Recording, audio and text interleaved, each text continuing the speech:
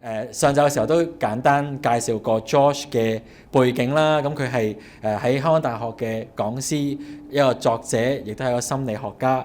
咁特別咧喺佛法輔導嘅教學同埋研究方面係非常之有前瞻性啊！佢係佛法輔導嘅一個教學書嘅一個作者。咁多謝我哋現場嘅觀眾同埋網上嘅觀眾啦。咁我哋網上咧有翻譯。即時翻譯嘅有普通話同埋廣東話嘅翻譯，咁你喺 Zoom 可以睇到嗰個有個地球嘅標誌，咁咧可以揀選 interpretation。咁我哋今日嗰個環節嘅後半段大概可能30分鐘左右咧，我哋會有問答環節。如果你有問題嘅話咧，可以喺嗰個聊天嘅功能裏面咧就打入你嘅問題，咁我哋咧會將你哋嘅問題就同翻 George 去提問。At the last 30 minutes or so of the sessions in the afternoon, we're going to have a Q&A session. So we invite everyone, those who are online, to type in your questions into the chat box. We will relate to George. And also, there are simultaneous interpretations, Cantonese and Chinese, and of course the live would be in English. So feel free to click on the globe and choose the right audio channel. And then for our friends online 現場嘅朋友咧，可以帶今日嗰個耳機去聽廣東話嚇。咁如果大家個聲量覺得唔夠嘅話咧，可以提一提我哋嘅，因為有陣時現場收音或者網上收音咧，可能都有啲分別嘅。咁我哋喺完咗今日嘅講座之後咧，會邀請大家填一個問卷啦。咁我哋同時咧會喺Zoom 同埋現場咧都可以睇到個 QR code。咁麻煩大家咧提供一啲寶貴意見俾我哋。咁另外我諗最後咧亦都係賣告白啊，因為咧我哋聽日上晝9點半呢個溫哥華時間會有一個對談啦，邀請到顯恩法師同埋 George 咧我會去同佢哋一齊問大家有一個對談嘅環節。而星期日嘅晏晝1點半至到3點半咧，顯恩法師會同我哋有佢第2課嘅講課。咁And also advertising for tomorrow morning, 9:30, we would have a panel with George and also Venerable Hin Yan. And then on Sunday afternoon, we will have another second sessions of Buddhist spiritual care taught by Venerable Hin Yan, 1:30 to 3:30 Pacific time. So without further ado, let's have a big round of applause to welcome George again. Thank you, George. Yeah. So why don't we start by listening to one sound of the singing bowl again, to consolidate our mind and welcome ourselves to the present moment.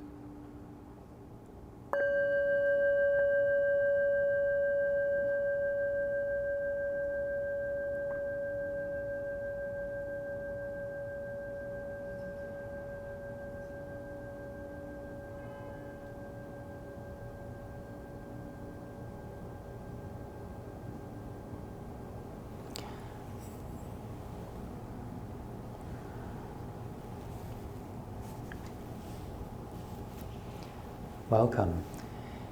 So in this part of the workshop, I will talk more about some psychotherapy method and technique. And this part of the workshop, I designed it more for mental health professionals, including social workers, counselors, psychologists, psychiatrists, Buddhist chaplains, Buddhist spiritual care provider, and any other related professionals, and hopefully using more my clinical application, my experiences, can shed some light on how may I use Buddhist counseling way to support my practice for my clients. So I will also talk about what is Buddhist counseling, but this time I will go more into detail of what are the specific definitions, and also talk about the process of using a traditional psychotherapy or counseling framework. How may we do assessment, conceptualization to understand clients' causes of suffering, and doing intervention. And we will end with a Q&A session.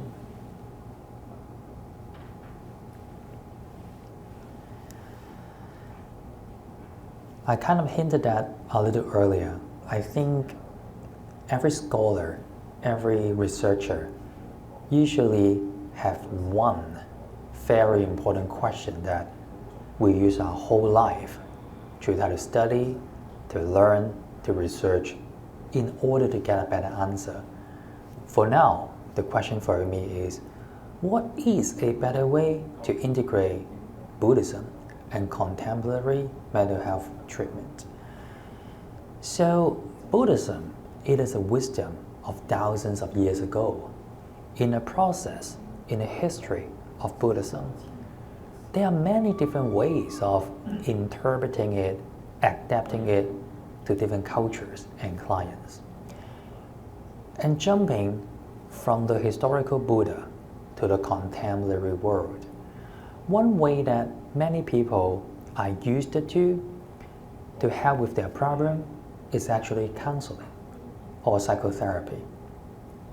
The question becomes, can we use this ancient wisdom, the philosophy and theory, and apply it to the contemporary way that the psychologists, counselors can use their own technique while aiming for some Buddhist goals to help clients liberate from suffering? This is what I really want to learn to do in this lifetime. So Buddhist counseling, basically, it is an integration of Buddhist teaching into the framework of professional counseling. But specifically, there are so many different schools of Buddhism, so many different counselors.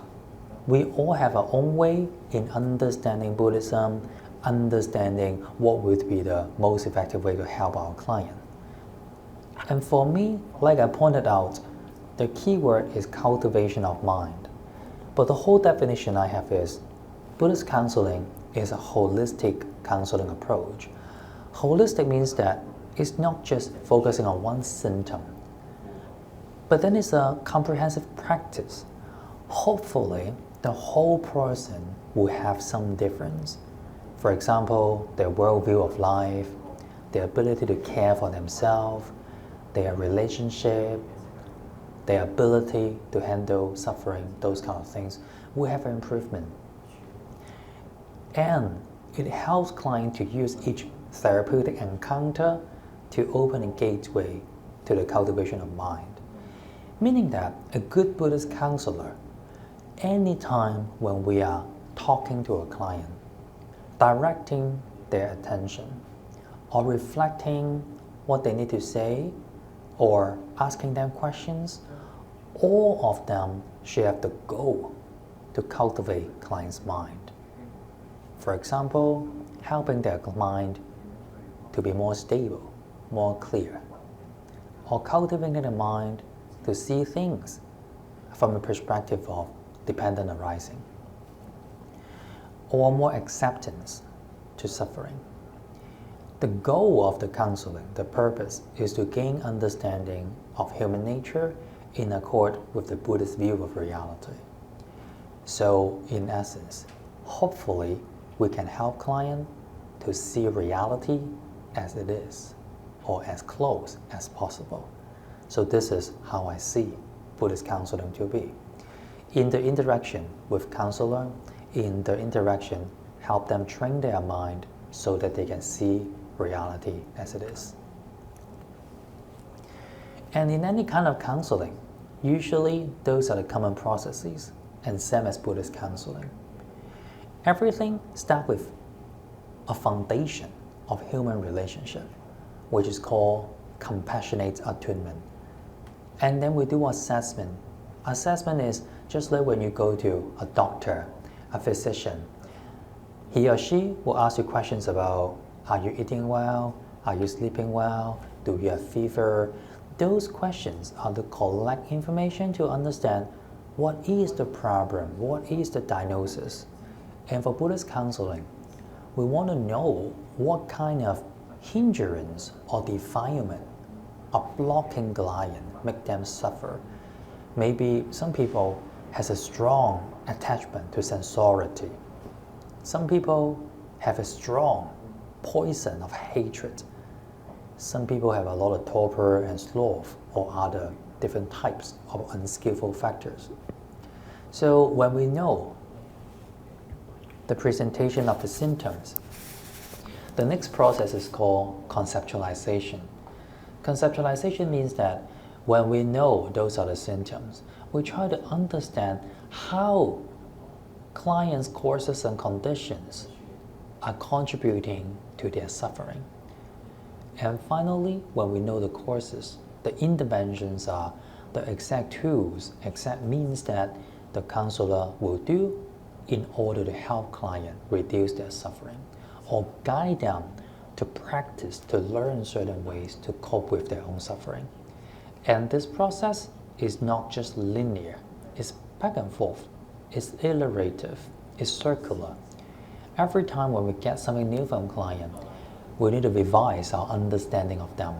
When we keep on updating, each time it's getting closer to the core of their problems. When we get to the core of their problems, then we know what might be the way to help them get out from the problem.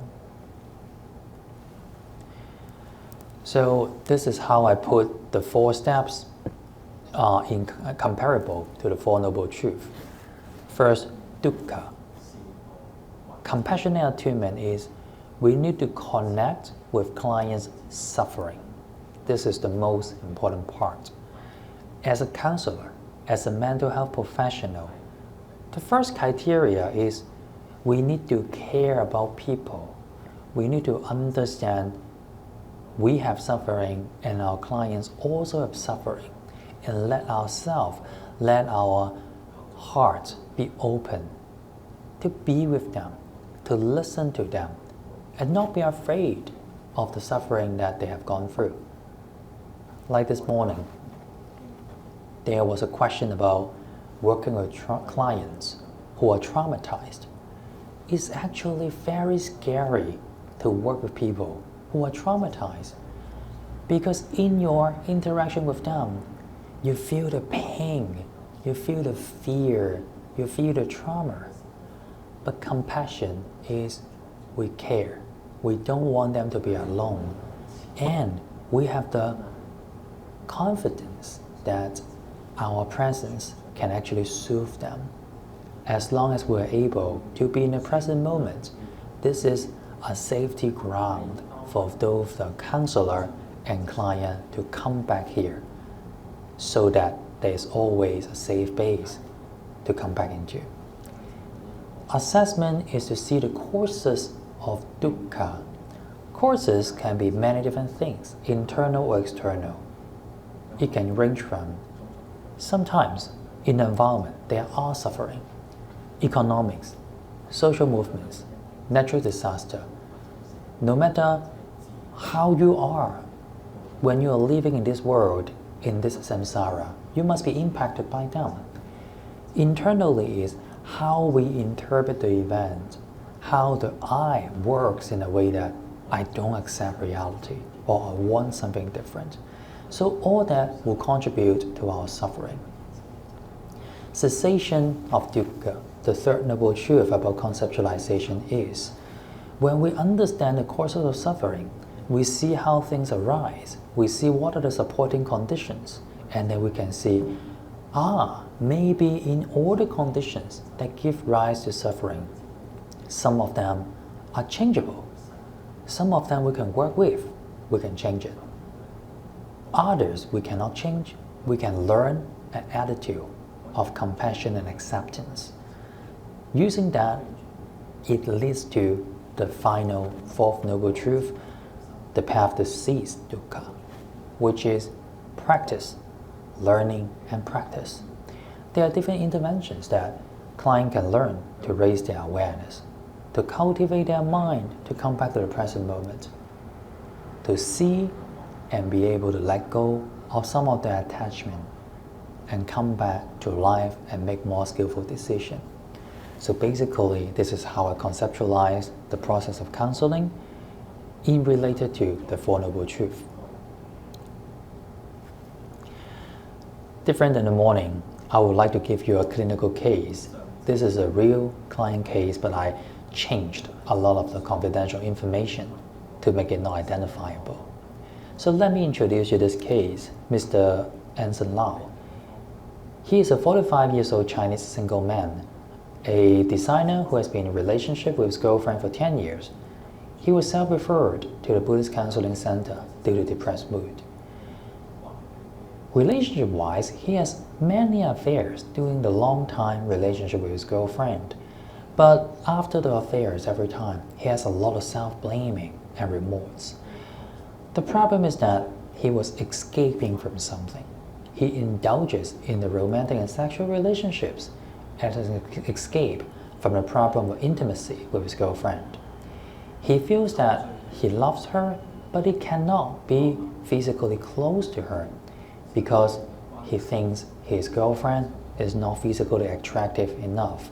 He thinks she's a little fat, chubby, which doesn't fit with his understanding or his preference for female body. So he could not be close with her, while emotionally he loves her. So this is a big struggle. Being together for 10 years, the girl expects them getting married. And Anson is very hesitant. How can I be fully with you if I cannot have sex with you? The marriage is not complete. So he has been avoiding that topic for a long time. Every time he found it, he cannot handle the problem. He would just use dating apps to meet other girls and have romantic or even sexual relationships. And every time he regretted again and come back to the relationship. And the cycle go again and again. He is also not so happy at work. As a designer, he really wants to be a successful graphic artist. But then in Hong Kong, it doesn't really support that. There's not much room for his creativity. After a couple years in his job, he lost motivation and become very confused about the meaning of life. So again, clinging to the sensual pleasure with those girls, going to nightclubs or using dating apps would be a way to escape his lost meaning in life. In family, for now, his father passed away. He is living with his mother, in which the relationship has a whole lot of conflicts. And he has a distant sister who got married and doesn't do much with the family. His parents were pretty punitive and critical. When he was a boy, he was always referred to as a fat and lazy boy that does not do well. But to give you a clear picture, you can imagine, do you guys watch TVB, this character, Wang Zhongzhak, Bosco? When he walks in, it feels like that. A tall, muscular, handsome guy walking in, respectful and humble. But the problem is, he still struggles a lot with his relationship, and he looks very depressed. At the beginning of the session, when I see him, he greeted me, he was okay, but once he started talking about how bad he is for having affairs again and again, he didn't look at me. He just looked down, sometimes crying and ruminating how bad I am, how awful I am, how should I not deserve this kind of girl, and lost touch with reality. He always just fall into a deep dark hole of self-blaming or self-criticizing. And more he does that, the more he will try to find other girls to have some fun to distract himself and go back deeper later into that self-criticizing cycle. So the first thing is about assessment. Assessment is the process of collecting data to understand more about how does client suffering look like and what are the conditions that support the suffering. In the assessment process, what I do in Buddhist counseling is to try to differentiate what would be the external conditions and internal conditions. External means outside of the mind, Like what happened in the family? What happened in the social relationships? What happened in the environment, culture, and financial status? While internal conditions inside of the mind are what is the attachment? What are they clinging? How does that person form a notion of self? Are there important values? Are there important meanings that the person hold on to? What are some unskillful habits and what are some skillful habits? So those are the things that I will look for in our assessment process. To put it in a graphical way, so now we see that the person is depressed. He is a depressed man here. And sustaining this phenomenon of depression will be a lot of external factors and a lot of internal factors that give rise to that. This diagram is conceptually very important. In the assessment, when we try to understand different factors, then we can think about what factors are actually unchangeable. No matter what you do, it's still the same. Like the stress in Hong Kong, how the mother being very critical, challenging work. Those are some of the things that we cannot change. While at the same time, what things are able to be changed? How he craves for love, how he's attached to his sensoriality, how he feels lonely, or his habits to avoid problems. Those are a lot about his decisions in life, his interpretation of reality. Those things are changeable or upgradable.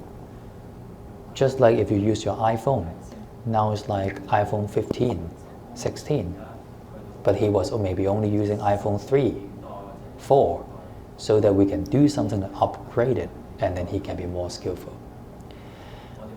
One implication of dependent co-arising, the paticca samuppada or dependent origination, is about how every experience that we have is never just one course. There are multiple courses. And if we don't want that experience, we can see, are there anything that we can change? Just like this morning, when I talk about when you are anxious, we come back to the body. Because in the body, our physical sensations and our mind attending back to the body, those are the changeable factors. Those are some of the things that you can volitionally, consciously make a change. And then when you make a change, the phenomenon of anxiety start to shaken. And then it will, because everything is impermanent. So that change will make the anxiety less salient. Similar here, when we understand more factors, we can see what may be the things that we change so that he can be less depressed. So those are just some of the questions that I used to ask him to get to know different kind of background information for the assessment. But as this is recorded, you can look at some of the questions later. Another exercise that I sometimes do with clients is about this diagram. You can see the logic is the same, dependent co-arising. But the difference is, instead of just doing a kind of like those doctoral, medical doctor way of asking questions, they're answering, you can almost be playing a game with the client. Starting with, so what is the person suffering? Answer, so depression is a suffering that you struggle with, is that right? So here is depression. And you explain, so what may be the external things that makes you depressed? And what are the internal things that make you depressed? And you can use a post note to write down, okay, my critical mother, is it external, internal? External, so you put it here. So my mother, the criticism makes me depressed. And maybe something internal. How I always blame myself all the time is something that makes me depressed, then put it here. So one side is about unfavorable conditions, meaning that it's sustaining the suffering. On the other side is the favorable conditions. Okay, so when you're depressed, what things do you do? Do you have any interests, hobbies? Do you have any people that care about you? Do you do exercise? Do you like something? Do you have any kind of spiritual practice? So those will be on the other side. And after that, we can see with the client about, wow, you have so much going on in your life and there are not much support. Of course, it's understandable you are depressed. And when the clients see that, wow, there are so many things I'm going through. Of course, it's reasonable that I have that strong feeling of depression. And besides that, another important thing is, like I said, we always keep in mind of what things are changeable, what things are unchangeable. In our assessment period, even though we are not doing anything actively yet, but conceptually, we can look at the conditions and see what things that actually we can change together, what things that we cannot change yet. We can see if we can accept it more, so that it can start the momentum to have the client think about focusing on, I can be more empowered because I know there's something that I can do differently, and the results will be different, and suffering will not be the same. This concept comes from what we call the Two Arrows Sutta, Yu Jin King. In this sutta, the Buddha was doing a metaphor. You can also imagine, if one day you are walking on a street and suddenly, there's an arrow stab into your heart, what would you do? Some people, they would immediately try to take out the arrow. Other people, they will start thinking, where is this arrow made of? Germany, China, and what poison is that? Is it from bee, from fish, from scorpion? And so painful. I don't like it. Why? Why me? Why me? And keep on questioning, ruminating, rejecting, without the motivation to take out the arrow. Buddhist practitioner would always be thinking about taking out the arrow. And in this sutta, it brings out a very important message that we all suffer. When you were born in life, you must have the first arrow. What can be the first arrow? Like birth, aging, sickness, dying, unchangeable processes, bad economy, death of important ones, chronic illnesses, something that actually happened, but there's nothing we can do about. That's the first arrow. In theory, first arrow brings suffering, but this actually not the core cause of suffering. Most of the time, it is what we call the second arrows. How we reject reality, how we don't like something, how we deny something that makes our suffering worse. Example. Okay, so say like today, I'm doing this presentation with you, and thank you for all the compliment that presentation is good, I look nice, I look professional. So, for example, if now I stand up and walk and suddenly I fall down and fell down very stupidly, very funny. And the first arrow would be only the physical pain that I fell down on the ground, right? Actually, that's it. When I fell down on the ground or I broke something, only the physical pain would be the suffering. But second arrow, psychologically, what will happen? I may have a lot of thoughts about, I look so stupid. You must think that I'm not professional. I cannot even walk properly. I have destroyed all the professional reputation I just built. You may find me funny and not believe in what I say. Those are the second arrows. Those are what we call proliferations, ruminations that add onto the suffering. So we are not seeing reality as it is. And then we are just lost in our mind of proliferations and keep on multiplying all the suffering that we have.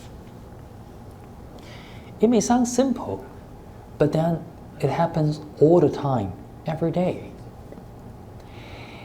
The way that I try to help clients to differentiate the two is to sometimes use this kind of diagram. And I try to talk about how internally one may be the first arrow and externally what is the first arrow.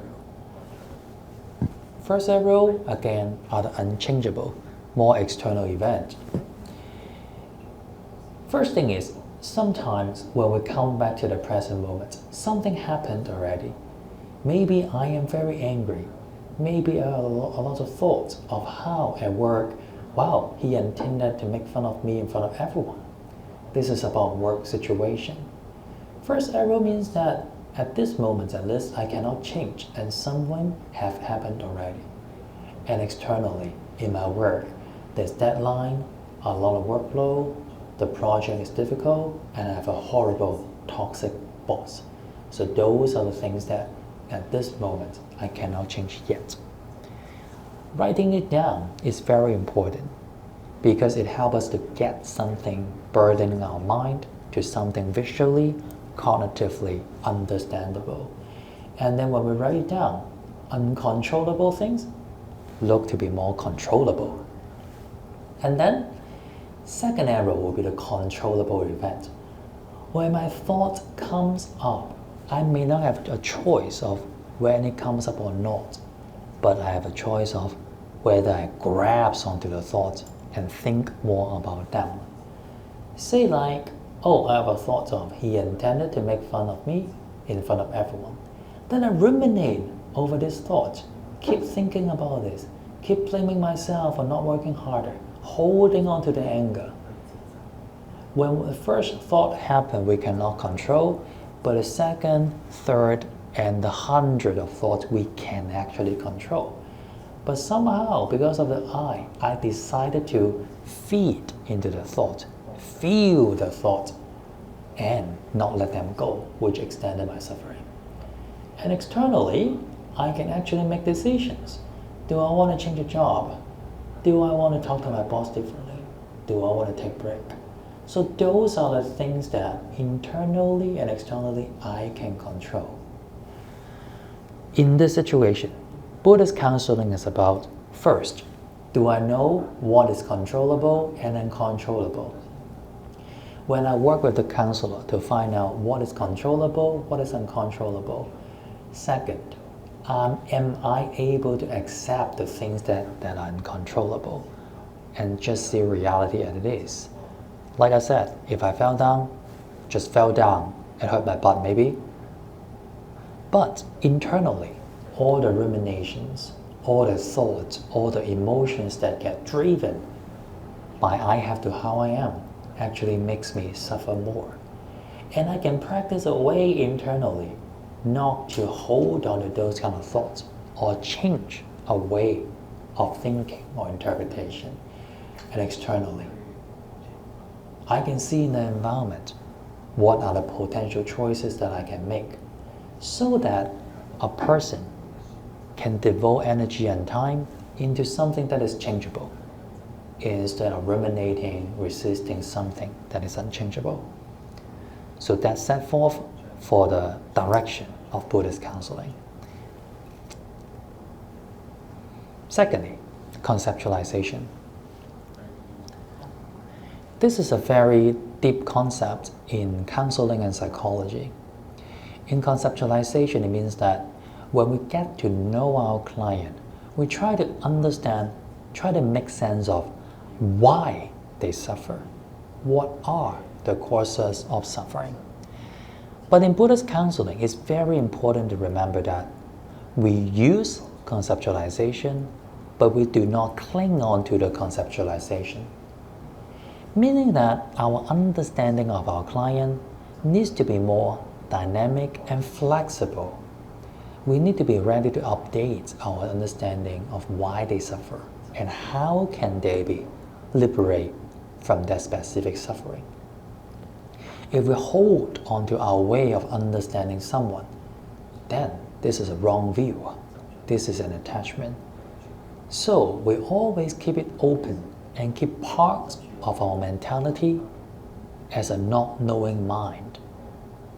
To always remind ourselves we can never know everything about the other person, so that we always have a curiosity. We always have an invitation to let us know about them. Well, when we talk about conceptualization, we need to understand why we suffer. One very simple way to describe the cause of suffering is we actually have a discrepancy between expectation and reality. Expectation and reality. For example, I expect my mother to understand me, love me, and accept me unconditionally. I think this is a very reasonable and common expectation, right? We all wish our partner or our parents understand me, love me, and accept me unconditionally. But sometimes in reality, they don't care. She doesn't give a shot in trying to understand us, love us, or care about us. Then the I will be saying things like, I deserve it. My mother should love me. I deserve more things from her. I'm a good son, good daughter. Why it doesn't happen? All those kind of thoughts, all those kind of emotions are the second arrows of suffering. So when you understand this concept, we can put this into this diagram. This is my conceptualization based on early Buddhist Sutta in a more simplified way to understand why we suffer. We were all driven by ignorance, and we have a craving for different things, especially existence. When we were born with that tanha, the craving, this is an energy, intrinsic energy that when we were born, we want to be I, we want to feel that I exist. And we have many ways that to feel I exist, such as we cling on to our body or sensual pleasure. Nowadays, when we take pictures, we take selfie, right? Not just selfie. We take a selfie with some kind of special camera to make ourselves look better. This is a very obvious example of the attachment to our body. We want to be perceived, we want to be liked in a certain way, so that I feel that I exist. And besides that, we hold on to many different things to make me feel that, to convince myself that I exist, like values, virtues, meanings, roles, or relationships. I'm a scholar, I'm a father, I'm a psychologist, I'm young, I'm successful, I'm happy, I'm this, I'm that. All of them are just mental activities, are just concepts that I hold on to and put the label onto this notion of self and make me feel that I exist, I am here. When that identity becomes crystallized, become rigid, my expectation of the world will become very narrow and limited. For example, if I hold on to this self as young, successful, intelligent, then I need reality to continually support that. I need accomplishments, I need acknowledgements, I need even fame or even money to let me know that I do exist the way that I desire. The thing about reality is, it will always disappoint us. There will always be a mismatch between reality and expectations. When that happens, it becomes the suffering, the dukkha, What is worse is, it's not just the suffering, but how unskillful we are to try to do things to sustain our suffering again and again. From my experiences teaching and doing counseling for the last 10 years, one common reason for why people suffer is many of my students and clients still wish to earn their parents' approval. But they have tried many things and still is not successful. Somehow, one of their parents or both just can never acknowledge them, recognize them the way that they deserve. Maybe the parents are incapable of doing so. But these clients and students do not give up. Many of them has become very competent and successful people in the society. But deep inside, they still have a hole. They feel that if I don't get my parents' approval, my life is not complete. And their unskillful pattern sometimes becomes they keep trying harder and harder to convince their parents of their worth. But somehow, sometimes they just cannot see it. And then the suffering continue and continue. I still remember, I have one student, very smart, very successful. I would say, wow, this guy is much more intelligent than I am. He has spent his whole life become very successful in business. But his mother does not like businessmen. His mother only appreciates medical professionals. No matter how successful my client is, his mother still say to his face, "You are not the son I ever expected." That's very heartbreaking. That's the time to think about, is there any way that we can accept reality? The first arrow. My mother is incapable in seeing me as who I am.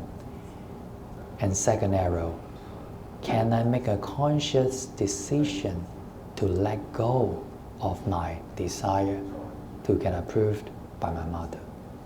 So that's a deeper part of the counseling.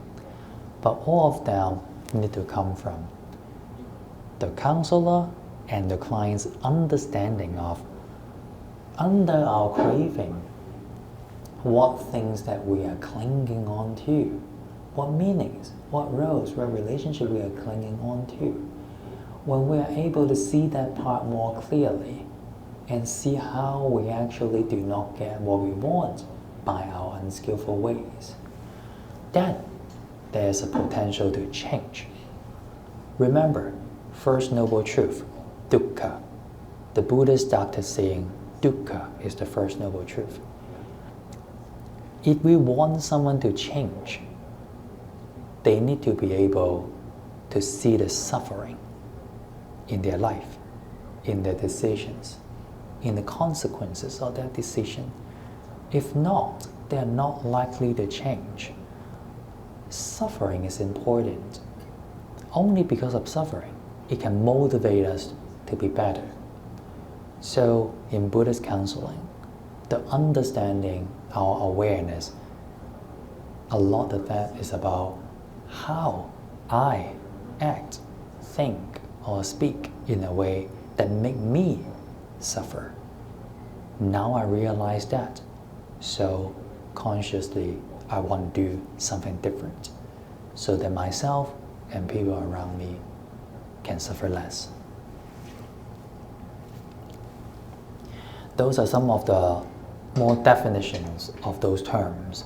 But like I said, this is a recorded presentation, so you can take some time to review if you are interested.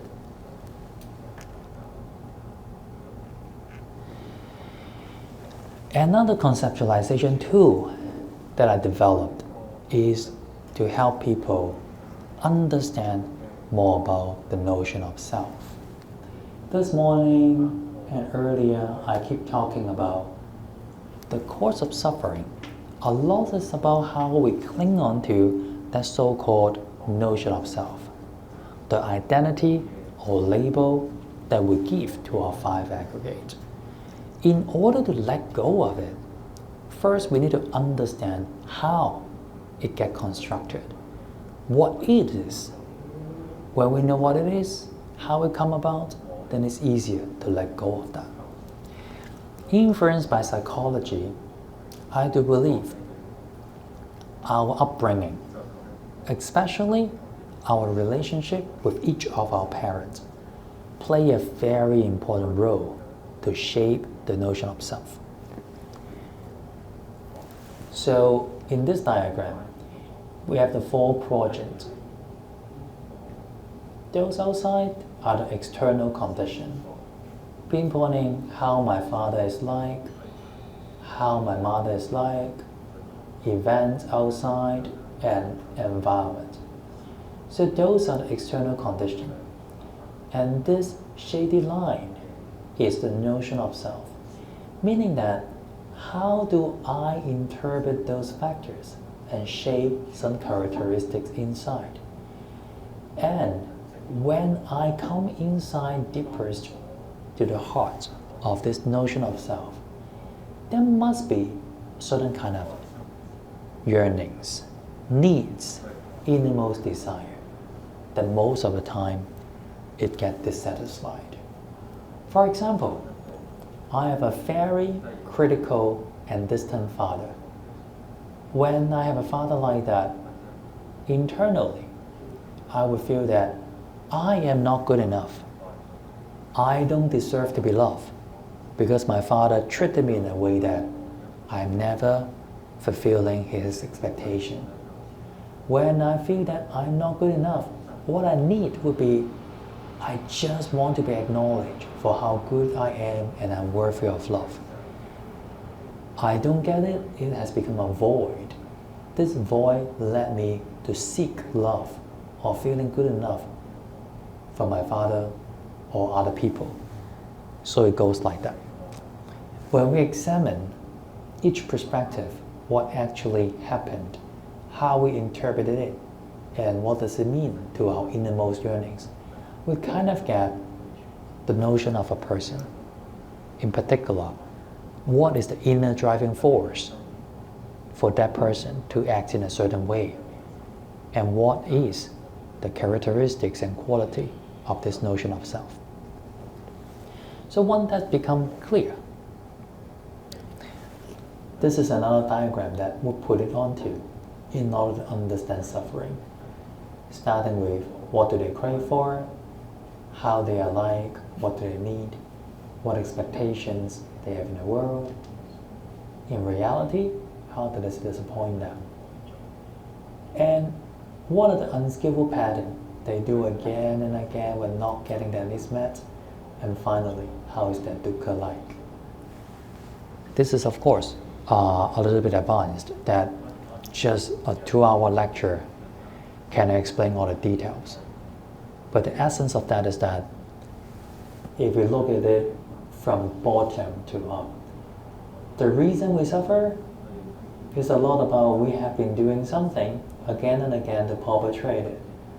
The reason we are doing something to perpetrate it will be because we have a dissatisfaction between our expectation and reality. And our expectation rooted from who do we think I am and what I need. So when we are able to understand our client in that way, it becomes more clear what may be the breakthrough point in the whole diagram. For example, anything that I can do different in my pattern, anything I can adjust my expectation, or even deeper, do I have to be this self? Do I have to fulfill these needs? Or are there other more skillful ways I can get my needs met?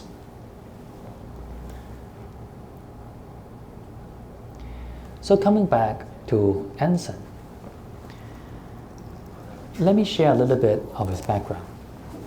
So he was actually born and raised in a Chinese Chuzhou family. Being the only son in the family, his parents has a lot of expectation on him.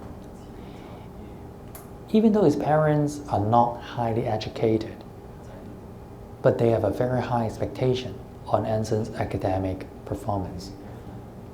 They want him to go to a good school, get good grades, and be successful, because his success as the only son in the family represents the name, the fame of the whole family. The problem is, he was born to be more like an artist. He loved drawings, painting, since he was very young. But his parents would think that, you are so lazy, you just draw, you don't study, you don't get good grades, you are not a good son. And when he was young, he loved to eat, loved to play, and he was a little fat. So when he was in school, the teachers shared the same perception of him, thinking that he's not hardworking, he's lazy, just like to have fun and draw. And there are some bullies from the classmates saying that, hey, fat boy,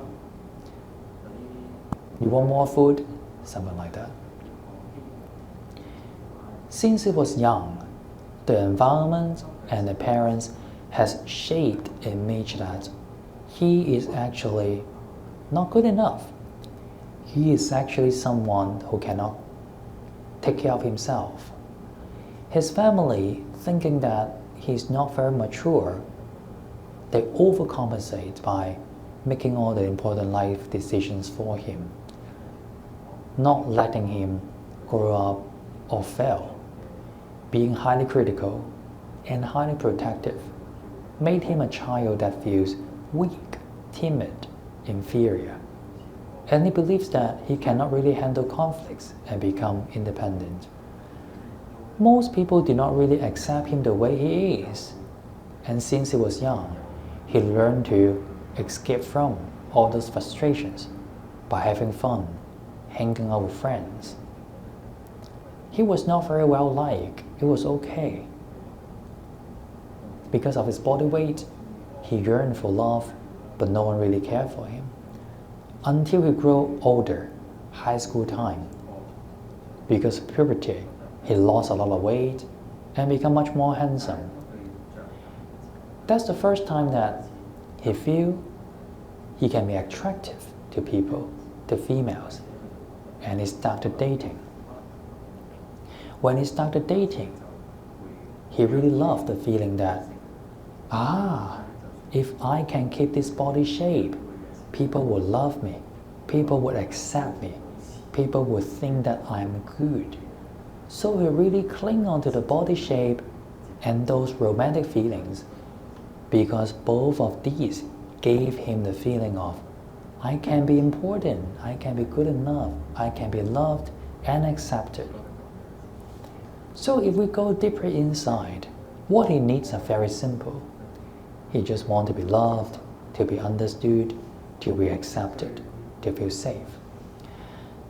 And because of that kind of experiences, he has formed a lot of very perfect, idealistic way to see the world. He believed that in romantic love, it needs to be perfect. I need to feel being loved, being accepted, and my girlfriend cannot be fat. She also needs to have a good body figure, like I do. He doesn't know yet, because deep inside his mind, he has clung to a view that being fat is being unloved. Only being fit, being physically attractive is the only way to get people to accept you. So being with his girlfriend, it was a very ambivalent relationship that emotionally he feels safe and accepted with this girl. But deeper, psychologically, it triggered his fear to be rejected. It triggered his bad memories to be that fat boy Anson who is being bullied, being rejected, being looked down on. So he has been struggled a lot with this kind of ambivalent feelings. In reality, my girlfriend accepts me and loves me while she cannot sexually satisfy me as she is fat. Reality is not perfect, but I want things to be perfect. And in his life, he also wants to be an artist. He is a very idealistic person because reality is actually pretty disappointing. So art has become a fantasy for him. To be successful, to be accepted. But the problem is Hong Kong is not a place for art. His jobs does not require any creativity. His jobs only require him to follow order, to do some artwork, and it's boring and he hates it. And his mother, who is becoming highly critical, doesn't really leave him room to grow and to be independent. Even though he is 45 years old, his mother still does laundry for him, prepare his food. On one hand, he hated it because he wants to feel that I am adult, I am independent. But on the other hand, that kind of caring makes him feel safe, makes him feel secure. So there's another ambivalence in life. Now we understand more of the intrapsyche of Anson.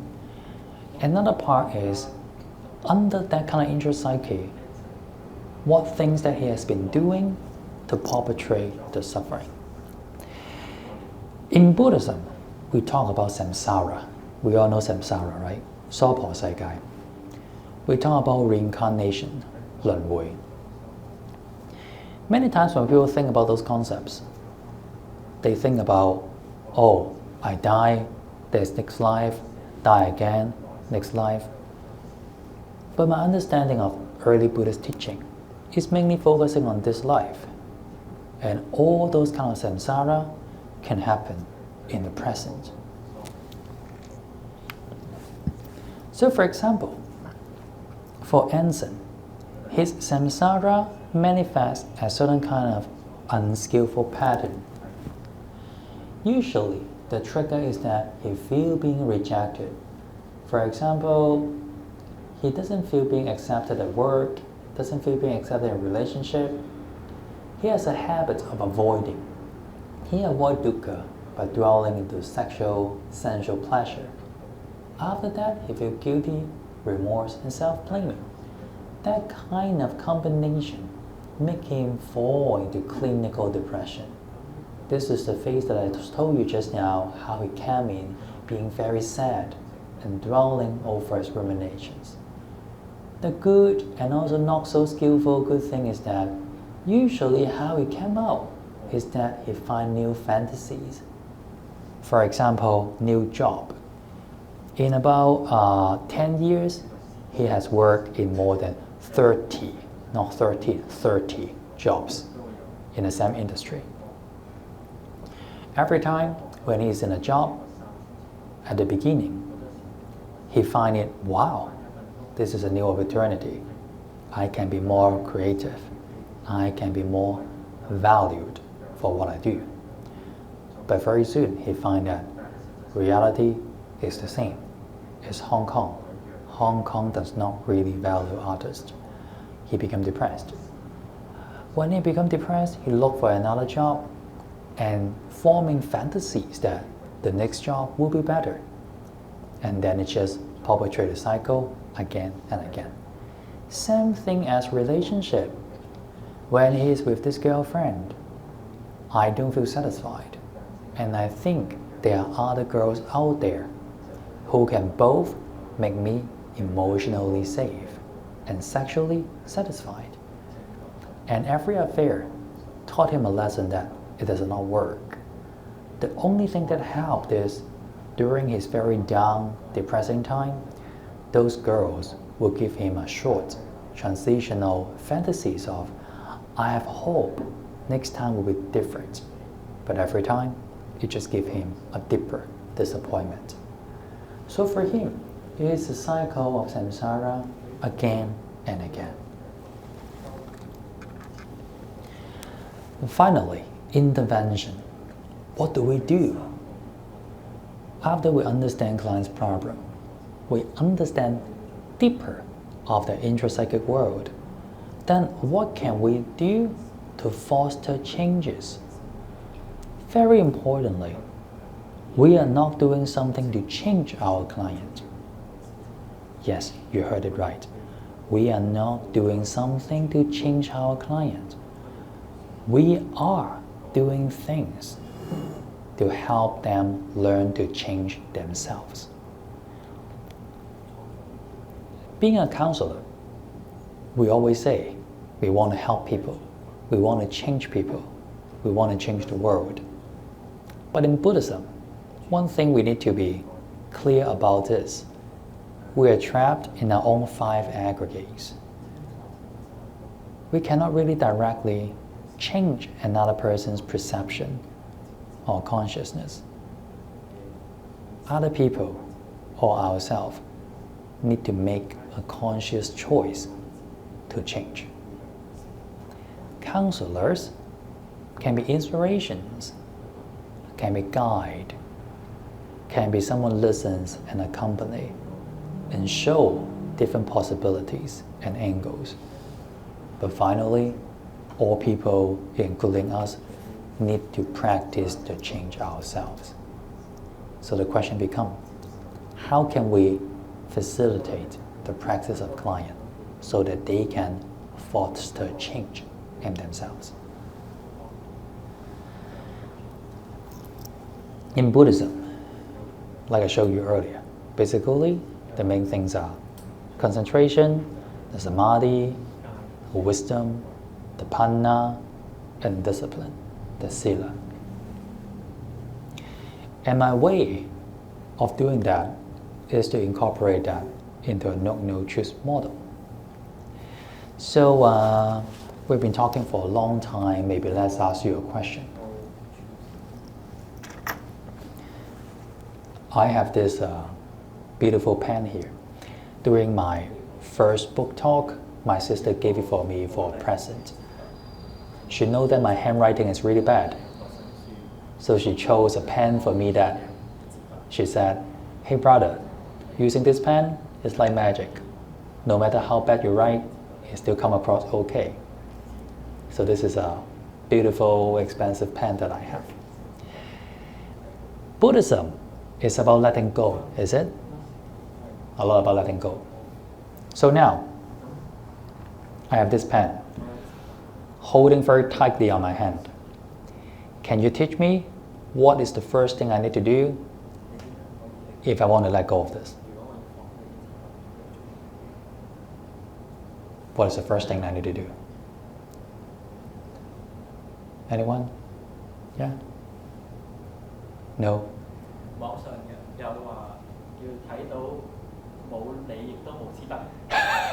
Wow, that's very deep. I need to see there's no me and no pen.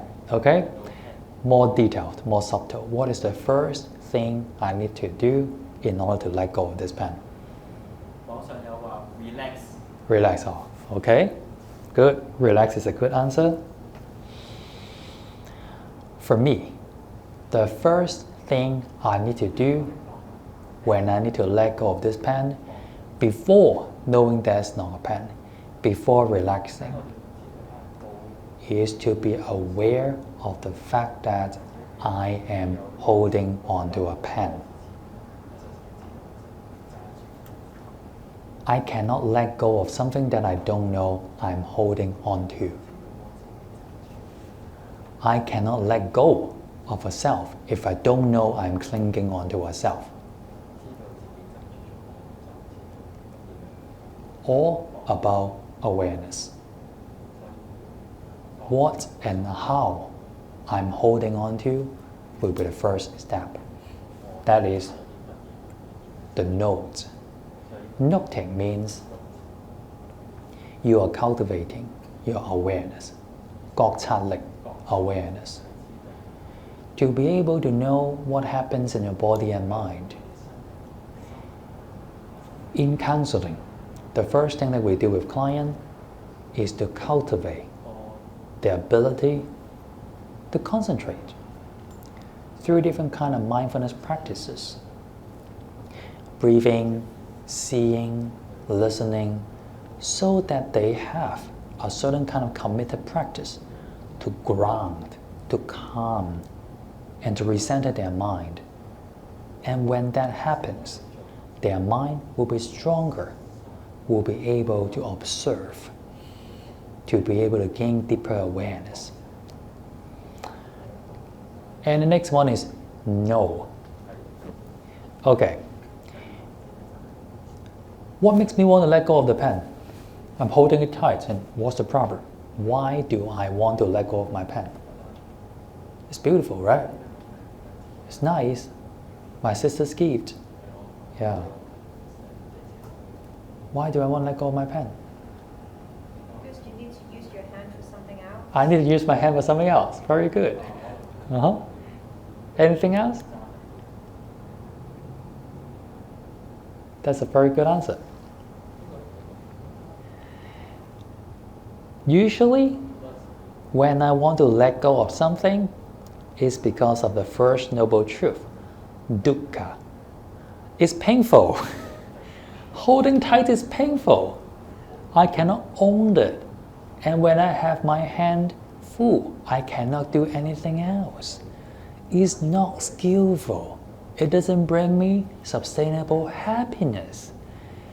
And finally, if I know this is not satisfying, I make a choice. I choose to let go of it. But letting go, I think, is a continual process. When I'm aware I'm holding onto a pen, I'm aware that I hold on it too tight, that it's painful. I hold onto it because I thought that holding onto it makes me happy, but it is not. So I try to experiment different ways that maybe I'll hold lighter, I hold differently, or let's try a little bit of put it down, and it's not comfortable, I pick it up. Oh, I let it down, pick it up.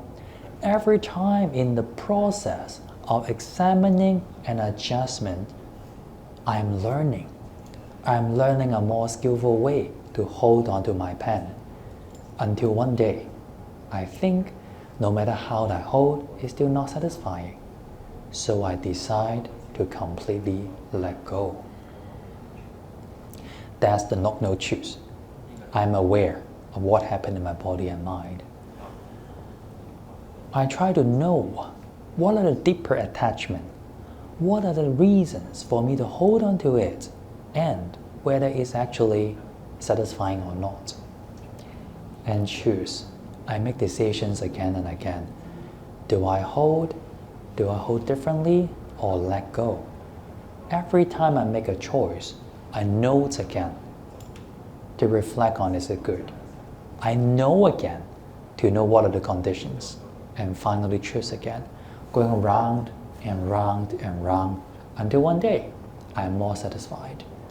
I can freely let go, and when I need it, I freely pick it up. That will be the final stage. 拎得起，放得低. So putting it back, is a process, continual process of awareness. We observe, we analyze, we make a decision. After the decision, we observe again, we analyze again, and we decide again. Until bit by bit, we are changing our karma, changing our habit to be more skillful. It all takes time and effort of learning and practicing. So I wouldn't read all the boring things to you, but I do want to show you as a way of conceptually understand the noting. The essence is that using ability to concentrate, we calm our mind and use it to observe. Just now, I talked about the mindfulness. This is a moment-to-moment awareness. And in this part, I will just remind you guys about that, but will not go into detail. This part is about applying that model in any one of our 6 senses.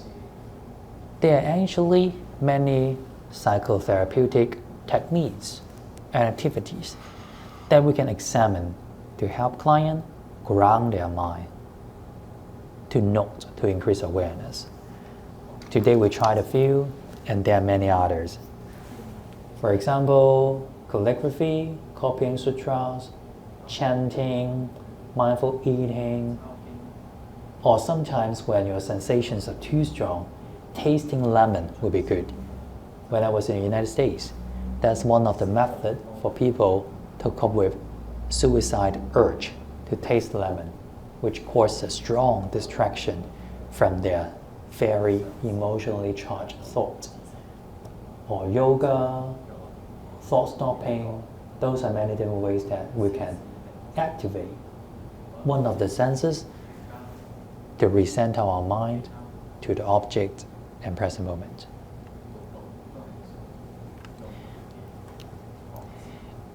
Another thing, when we work with clients, it's not just about working on the problem. It's about how to live a life that is actually more meaningful, more joyful, more peaceful. All people should learn better self-care. We need to cultivate more kindness and compassion to ourselves. Not being so harsh on ourselves. Allowing ourselves to have some room to rest. To thank ourselves, to be kind to ourselves. Another thing is about activity. All people, besides having the mindfulness practice, we should be able to develop a way of life that we have certain activities that really enjoy doing. And the activity itself should be sustainable, should be healthy for the body and mind. Sports, art, music, exercises, or anything. Besides that, having a habit that we eat food that is healthy and we like, and try our best to find ways to sleep better. Those basics of our living can provide a more stable environment for our Buddhist practices. And R is for relaxation. In life, we learn a lot of things. We learn knowledge, we learn how to take tests, we learn how to work, how to do well in our job. But not so many people teach us how to relax.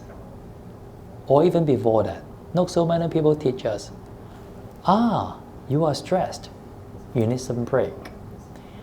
This is actually very important, to be able to know our body and mind. What is our limit when we are stressed? What happens when we are stressed? And what are the ways that work for me to relieve the stress? And finally, environment. I do think that for most people, our mind changes with the environment, right? 心隨境轉. Most people is like that. That means if we cannot yet control our mind not to be affected by the environment, we can change our environment.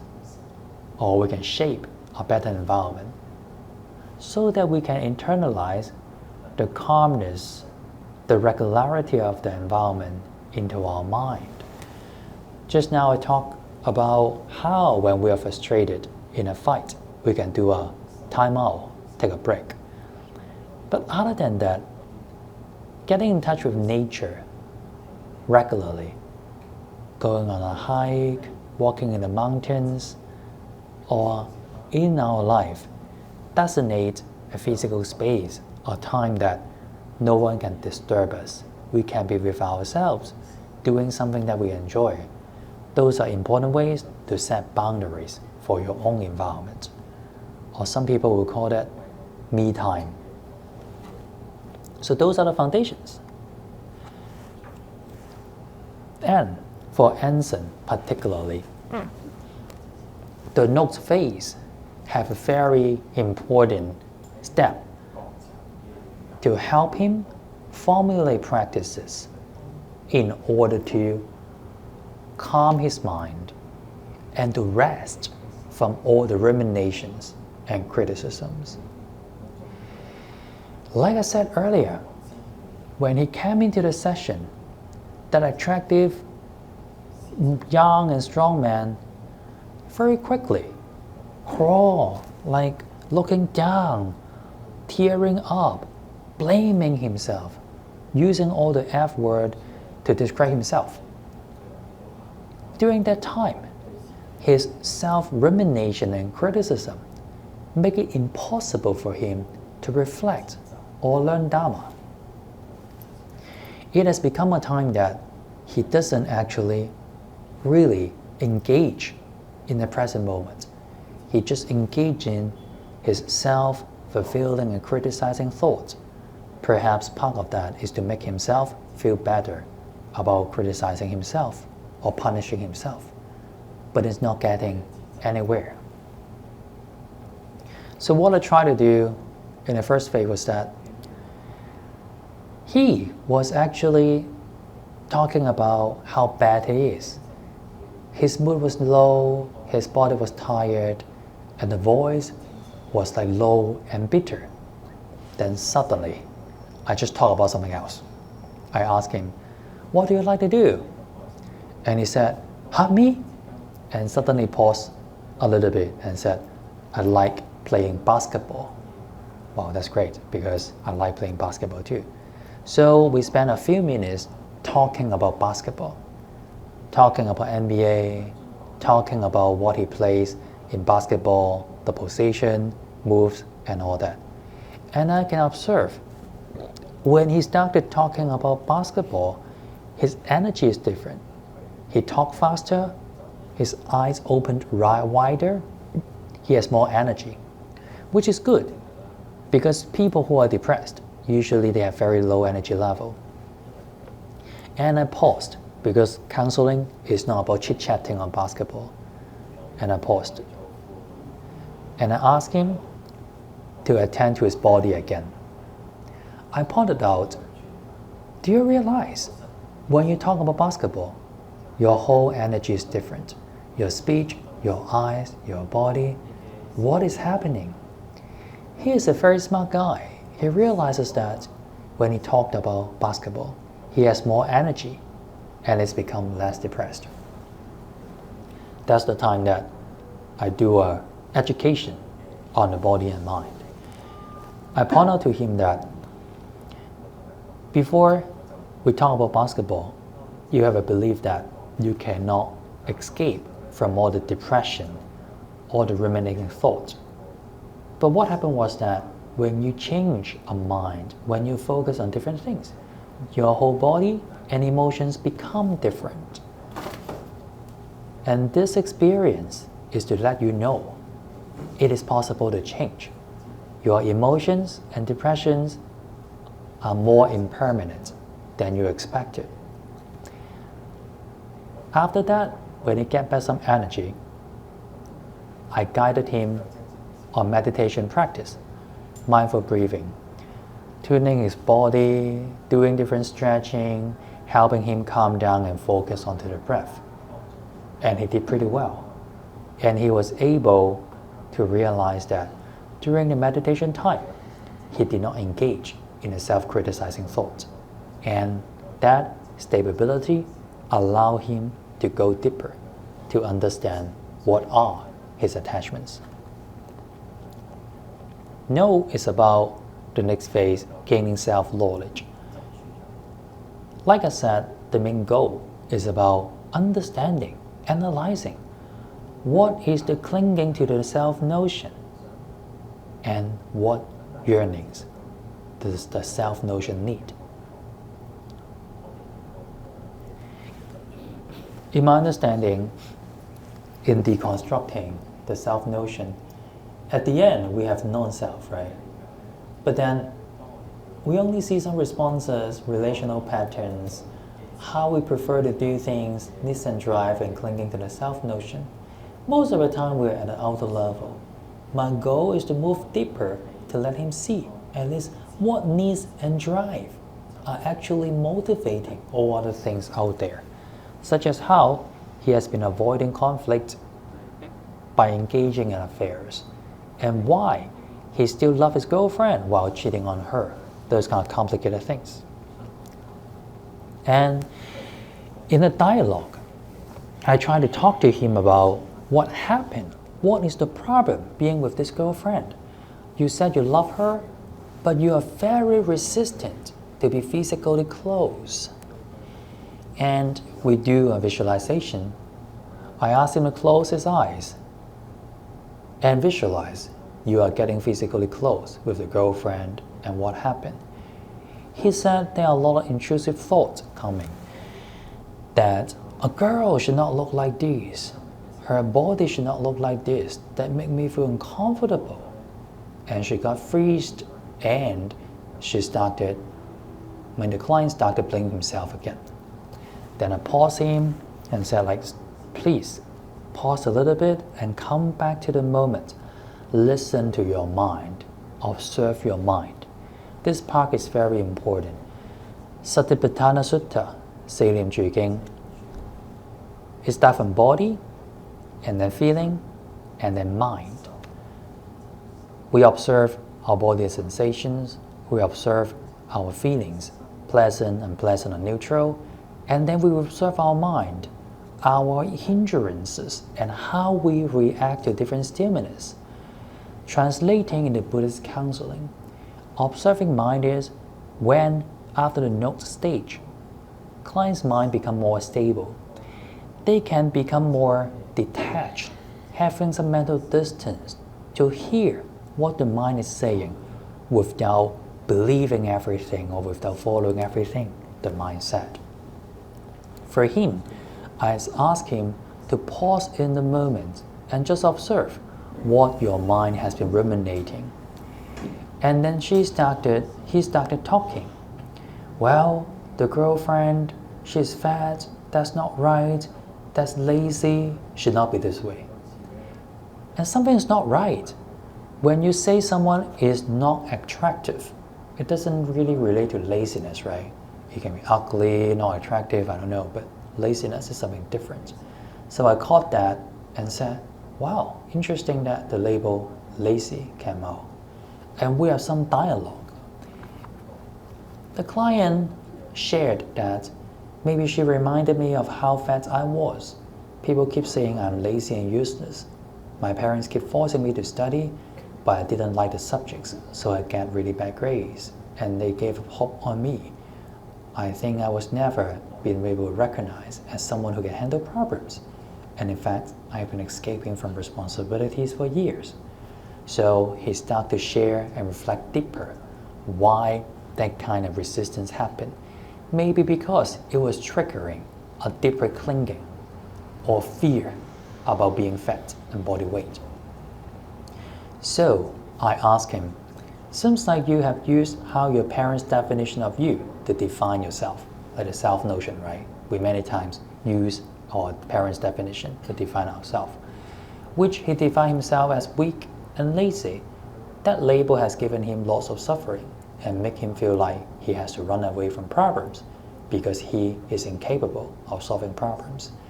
And I asked him, is that how you want to keep defining yourself this way? This is a very important question. I said that cause of suffering, one of that is clinging to the self-notion. When we are being more aware of how we cling onto the self-notion, we need to make moment by moment continual and conscious decision that I don't want to be bounded by this way. I want more freedom. I don't want to just follow the same definition of myself. I want to try letting go of that. He said, yes. No, I do not want to keep doing this way. I want to change. And I have enough of it. I want to try facing the problem, which sets a motivation for change. So this is just to iterate how with the client we were able to draw out the pattern. This is a picture of what I actually draw with him in the sessions, talking about one cycle or one habitual pattern that he had, how he's very idealistic on a thought, but reality will be disappointing. And then usually when he's disappointed, he tries to avoid. And we work in the middle side. Is there any stage, any gray area between idealistic way and reality, so that he can actually find a third way, a middle path to live a life? So there are some other exercises that I did with him, and I want to share briefly with you.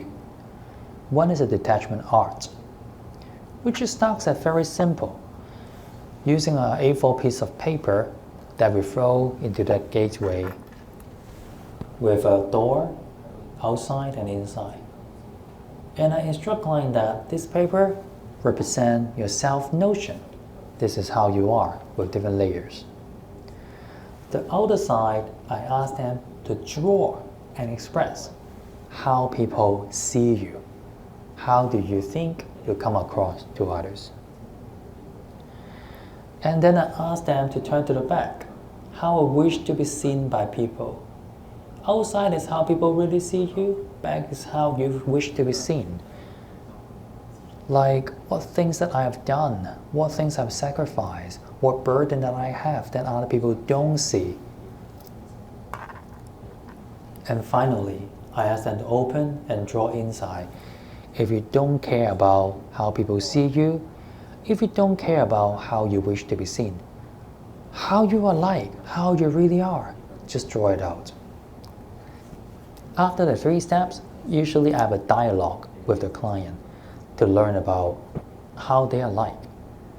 And for Anson, people see him as someone who is smart, tall, handsome, sociable, but in the back, it was actually a fat boy that no one likes. And he wished to be seen as someone that is attractive and lovable. And opening inside is actually very simple. He just wants to be with the love of his life, traveling around the world, and be happy. So usually after that, clients are able to express certain kind of clinging, how they are constructing their notion and their yearnings. But that's not the end of the exercise. In the end of the exercise, I will invite the client to give me the paper.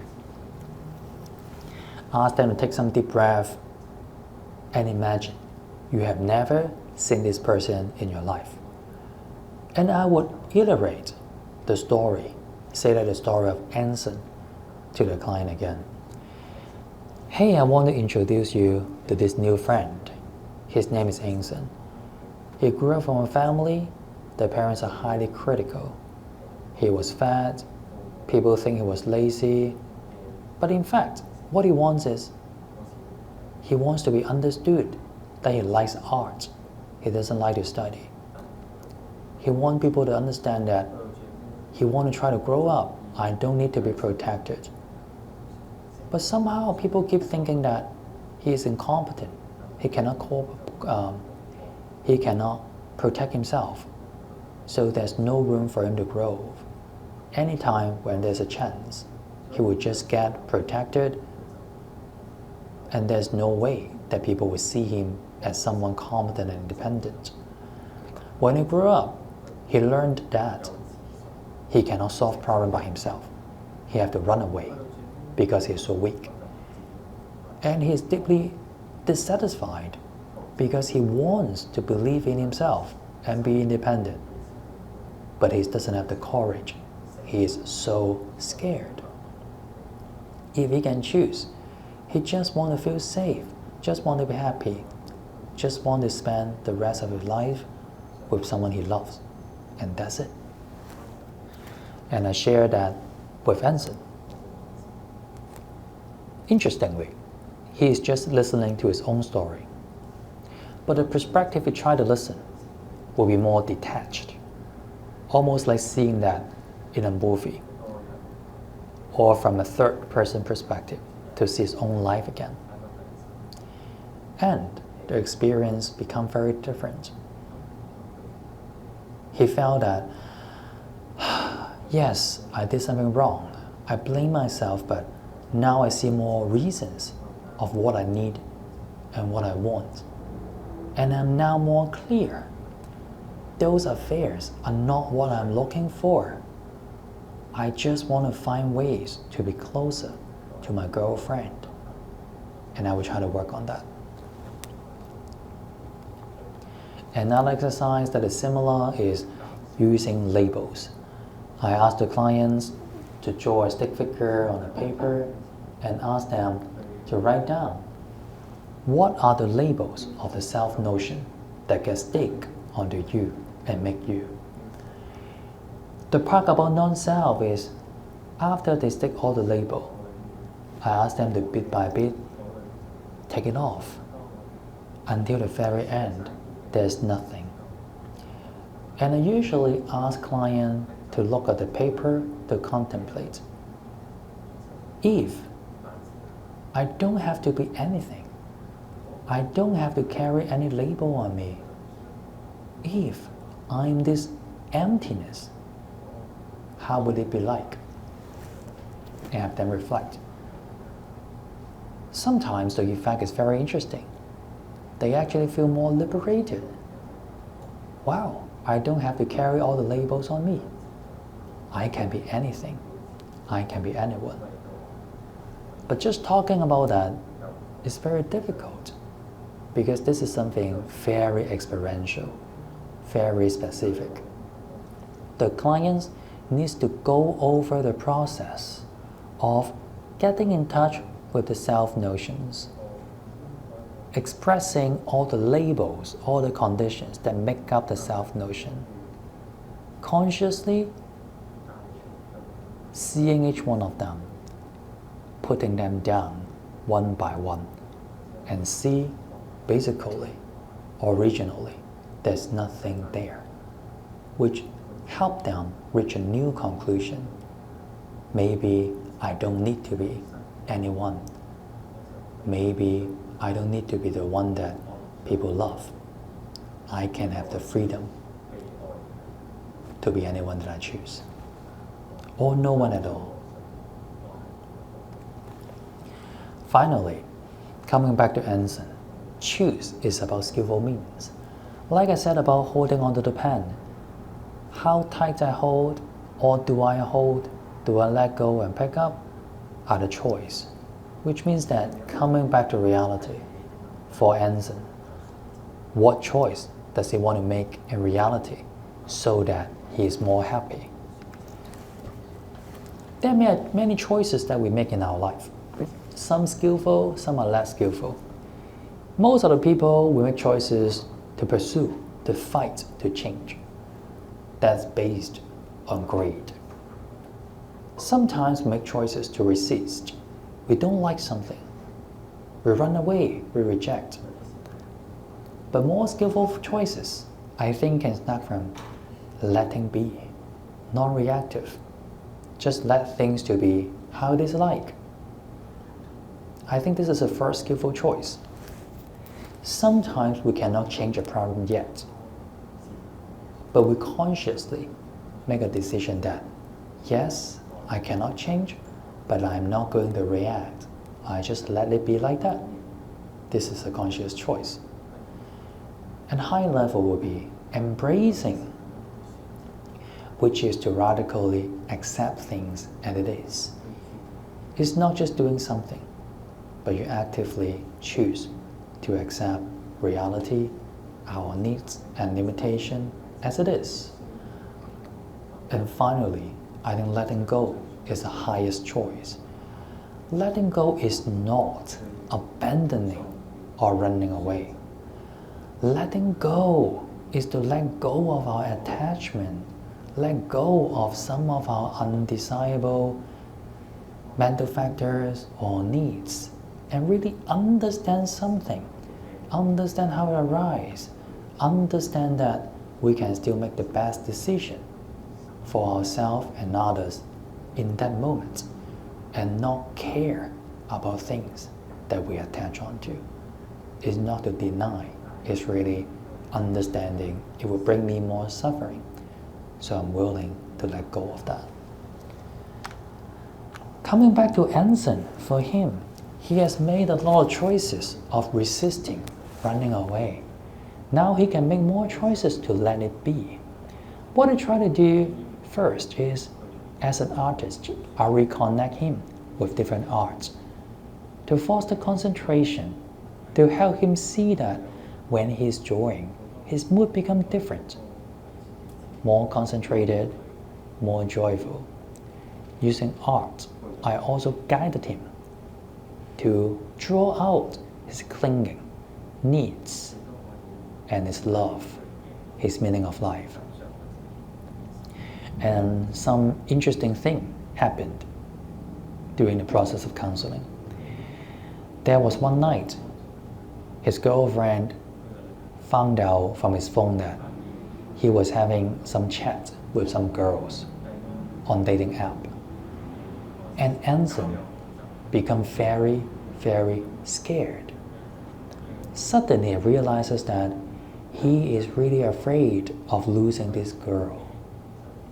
They have been together for so long, even though Anson, you can say he's not being responsible, he cheated, but deep inside, he really wishes to spend the rest of his life with this girl.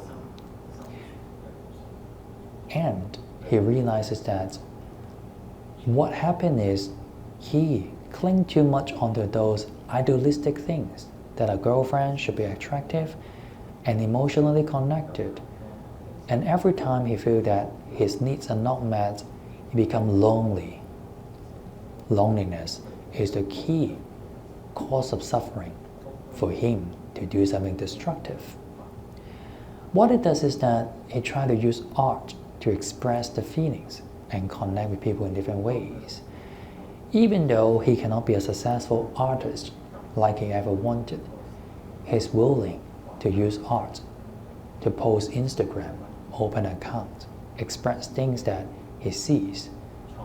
And he started drawing pictures for his girlfriend to express his feelings for her. After all that, he tried to make some alternative choices in his pattern.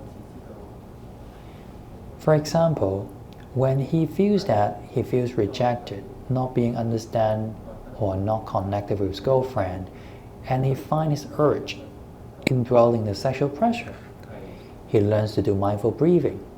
He learns to contemplate more of the consequences that those affairs does not bring him more happiness, basically more suffering at the end. And he tries to be non-reactive to that and come back to the present moment, come back to the body and soothe himself.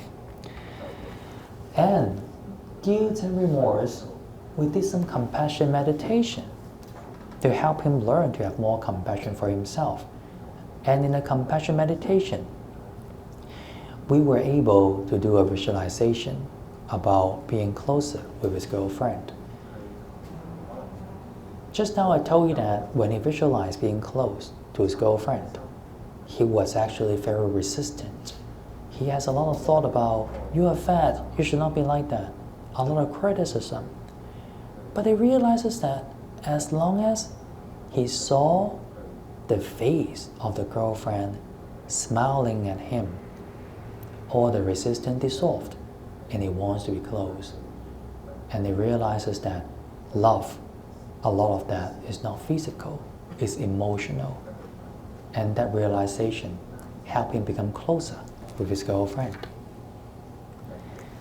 And finally, in the past, there's always some new fantasies that try to get him away from depression and loneliness.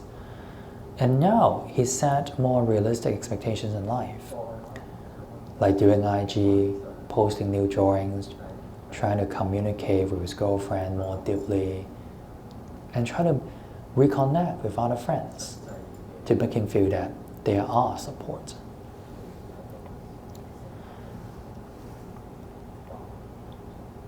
So I want to show you some of the progresses that he made by the arts. This is when I asked him to draw the topic of now. Then he drew that with meditation, you do not actually change the external environment, but you are actually setting a peaceful boundary away from that.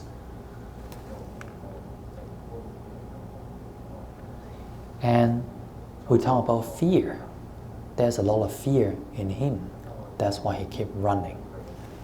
And he thinks that fear is like that. This is a little boy, little Anson running away. And he feels that there's a monster behind him, trying to get him, haunt him. But the fact is, if little Anson is brave enough to turn around, he will just see a monster just want to say hi. It's not as frightening as he thought. That would be one of the beginning steps for him to embrace his fear. And I asked him to draw out the exercise that I asked you to do earlier. I want to tell you, or actually what I want to tell you is, then he drew a picture with him and his girlfriend walking stairs all the way to the end of life, passing through sea, forest, mountains.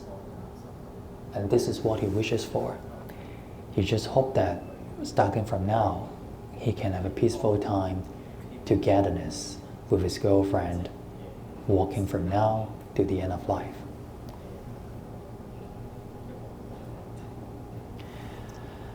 Finally, he chose to draw it by himself.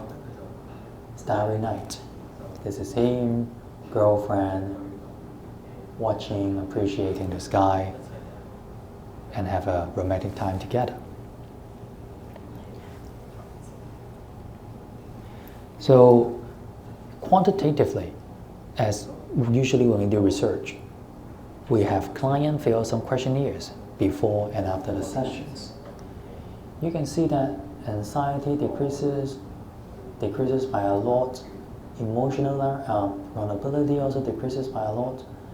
But what interests me the most is we have a scale called non-attachment scale. This is one of the most Buddhist questionnaire that we have. And after sessions, at first he was in a 9 and later 27. It means that he has become much more non-attached to the thoughts and emotions and a sense of self. And it correlates with other mental health indicator that he changes from a clinical level of depression to be subclinical and reasonably healthy. Maybe a little more healthy than how I am now, which is very good.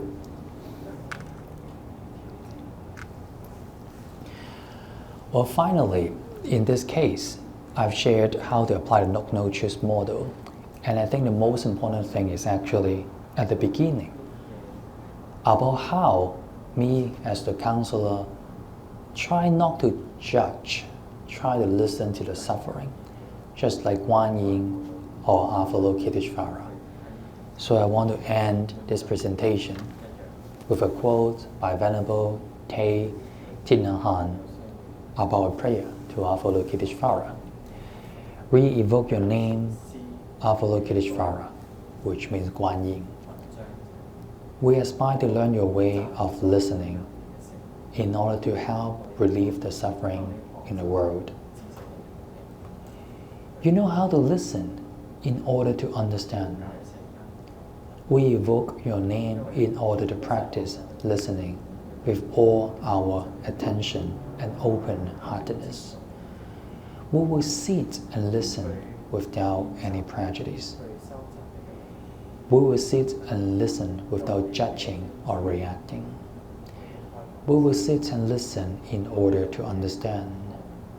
We will sit and listen so attentively that we will be able to hear what the other person is saying and also what the person is leaving unsaid.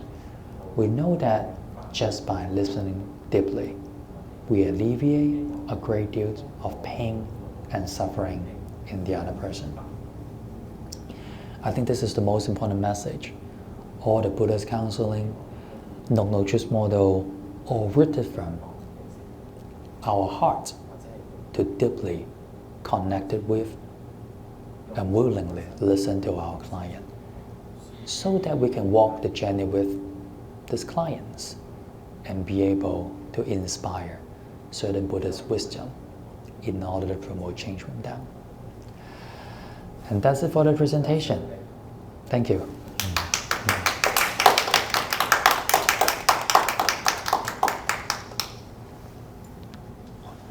大家現場思慮嗰度 friends online or in person any questions? Yes. Thank you very much, Dr. Lee, for the very insightful talk. I happen to work with a lot of parents, and the case of Anson reminds me of how I see like a lot of suffering of moms in particular. They run into the same pattern of yelling and screaming because their kids somehow fall short of their expectation, and it only leads to remorse and guilt and shame because of all this ineffective communication. And but they still run into the same pattern over and over. They're telling themselves, I'm not going to scream again, and then the next morning they're going to scream even louder because they hold on so tight to a point where they are about to collapse. They're going to scream even worse. What's your advice to these parents? First of all, it's very difficult as a parent myself. It's just very tempting to yell at our kids at times. I think it all starts with, if possible, first the parents' self-care. Is there any way that they can actually be kind to themselves, to alleviate some of the stress, to help themselves actually have some ways to take a break, to soothe? I know that being a parent, taking a break is a privilege. It's very difficult. But it's also necessary, because if we do not rest ourselves, we cannot provide our children with a calm and emotionally available role model. And the second thing is, usually when we go deeper, our yelling, our frustrations are partly related to our upbringing. How our parents treated us usually become our automatic response to our children. So when we sort out that part, it seems like some of the parents that you work with, they know it is not a functional way, which is good. Because some parents that I come across to, they actually think yelling is an effective way of disciplining children, which I don't think so. Another thing is, in the moment of yelling at children, in mindfulness, we know that there is a sequence of thought that culminate sequentially, bit by bit, from observing something, feeling disrespected, feeling out of control, escalating, and yelling. The thing is, most of the time, it's a train, it's a flash of light that it happened. Mindfulness, when we teach parents, mindful breathing, reflection, those kind of things, is helping them to cultivate the capacity to see more clearly how their thoughts and emotions run in bit by bit to the escalation to yelling, so that in between we are finding the gap. If there's a gap, then there are a lot more things we can do. Taking a breath, taking time out, or asking ourselves, what if I have more kindness for my child now? What would I do? Or reassuring myself that I am angry, but I am not my emotion. Or foreseeing a consequence.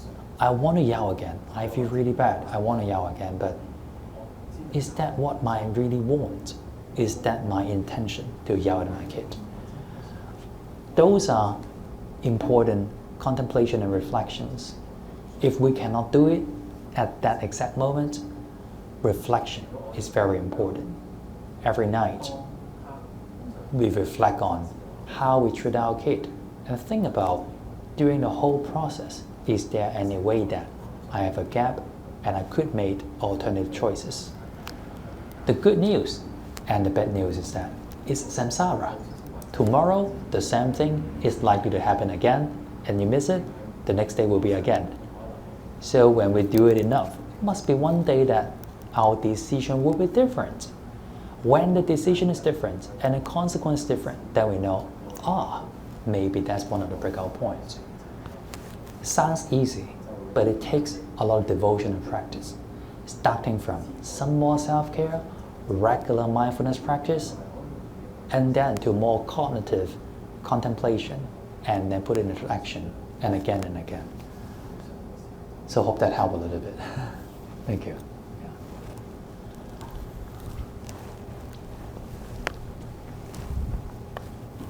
We have a question online. Thank you for the presentation. This is from Sue.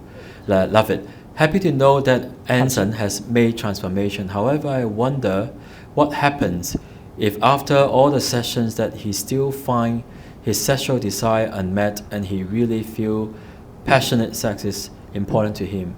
And what if he still decides to cheat because it is always exciting?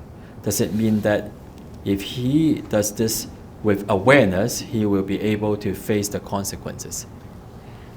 This is a good question, but it's interesting that if he really find out or he believes that the cheating, the excitement brings him sustainable happiness, usually those clients may not come to counseling. For Anson, he actually knows that, and this part of him has a very loud voice saying that, I no longer want to live a way like that motivate him all the way to seek counseling. So the motivation actually has set the momentum already. And second thing is, it's hard to articulate that we always need to respect people's decision. And we also need to understand, as psychologists, counselor, psychiatrist, we don't have much authority to force people to do something they don't want to. If we are able to show our understanding of Buddhist teaching in relation to their situation, but they still believe that I should live my own way, sadly, sometimes it's not too much we can do. But what I try is coming back to the basics, the first noble truth, and really examine with the client, is that really a way that you want to live your life? Imagine if you live your life like that for 10 years, 20 years, is that how you want to be when you are 60? All those kind of things is to reflect whether there is actually suffering. When there's suffering, there will be motivation to liberate from suffering. So the goal is to examine how that decision can result in suffering so that they can change. Like I said, counseling is a reciprocal process, just like in dependent origination. This happened, so that happened. 此有故彼有. If we have that intention and client doesn't have it, it doesn't happen. It's always a human connection with collaboration. The only thing I advise to do is genuinely care. It's not about judging. It's about seeing the suffering, and you don't want them to suffer, and show them how they may continue to suffer with that decision, and see if they resonate and agree to walk the path with you to make changes. Thank you. So Derek asked, I'm the volunteer to visit senior home, palliative care hospital center. I always find hospice center, I always found difficult or hard to start a conversation or break the silence. So do you have any advice for him? Wow, this is an easy question. I know that when you see me on camera, I talk a lot, but in person, I'm kind of shy. So it's an important topic for me too. What I try to do is observant. When you walk in the hospice, things that get put there, pictures, clothes, what the person attend to, what the person was listening to, and hopefully you found something that you become genuinely interested, curious, and try to ask about that. And some of the questions, I think we can ask most of the people, just like when I shared, when I talked to Anson at the beginning, he was so depressed, and I asked, so what do you like to do? What is your interest? Those kind of things.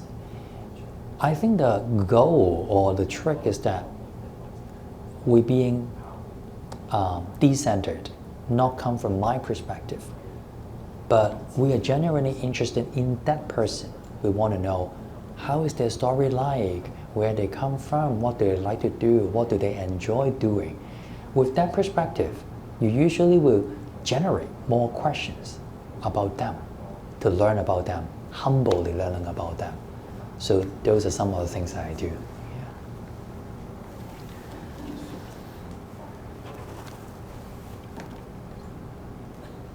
Okay?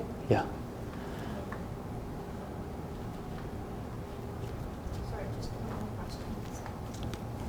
Sorry, Dr. Lee. From what my understanding is, suffering has to do with feelings, thinking, as well as the behavior.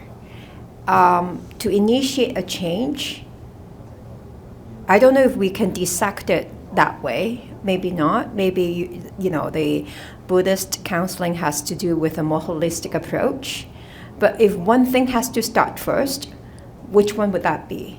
Mm-hmm. Oh, interesting question. In Buddhism, there are different ways to talk about suffering. A more metaphysical way would be there felt suffering, like some experiences that make you feel that it's not satisfactory, painful, distressful. But the other level is reckoned, realized suffering. You just understand everything is suffering. So we usually focus on a felt suffering. Like you said, it could be a thought, could be emotions, but in Buddhism, we do not usually have a direct translation of the word emotion. One easy interpretation would be mind act or certain kind of strongly charged thinking. I would say suffering is something very subjective. Usually, like you said, that has the component or correlates with the thinking and the body. Which one to start with? Usually it wouldn't be my decision. But when I talk to the client usually would talk about which part, like you said, would actually bring them the most suffering, because it has to be client-driven. And I usually go with the one that the client talks most about. Some people may be physical, chronic pain. I have a client who had an accident, and since then he has unbearable chronic pain and get hurt again and again. So that will be physical. And some people more commonly have a lot of ruminated thoughts. Then for me, of course, to help them practice a mindfulness, disengaging a thought, and then try to see what is it about the thoughts that are actually suffering. Because usually the thoughts are just outer manifestation which represent some deeper clinging.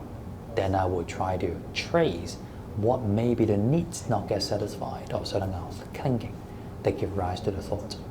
And emotions is just emotion. I don't think it's very, very meaningful. Emotions usually are attached to certain kind of thought, meanings, or body that get manifested as a result. Meaning that if we just work at the emotion, it doesn't really help us understand what might be the clinging. Emotions, for me, is the gateway to understand our deeper clinging. it would be a transitional mean to help us understand deeper what are the causes of suffering. So emotion and suffering, it helps us trace the cause. So hopefully, the main message I want to bring out is, when I listen, I will see how does suffering manifest in this specific client, with the knowledge that everyone is very different. The same clinical depression manifesting at me in Anson and other people can be a total different world. So part of that is what I said about a not knowing mind. I only know that suffering is the key, but not knowing how it feels to them. Understand that and then tailor-made the starting point for that particular person.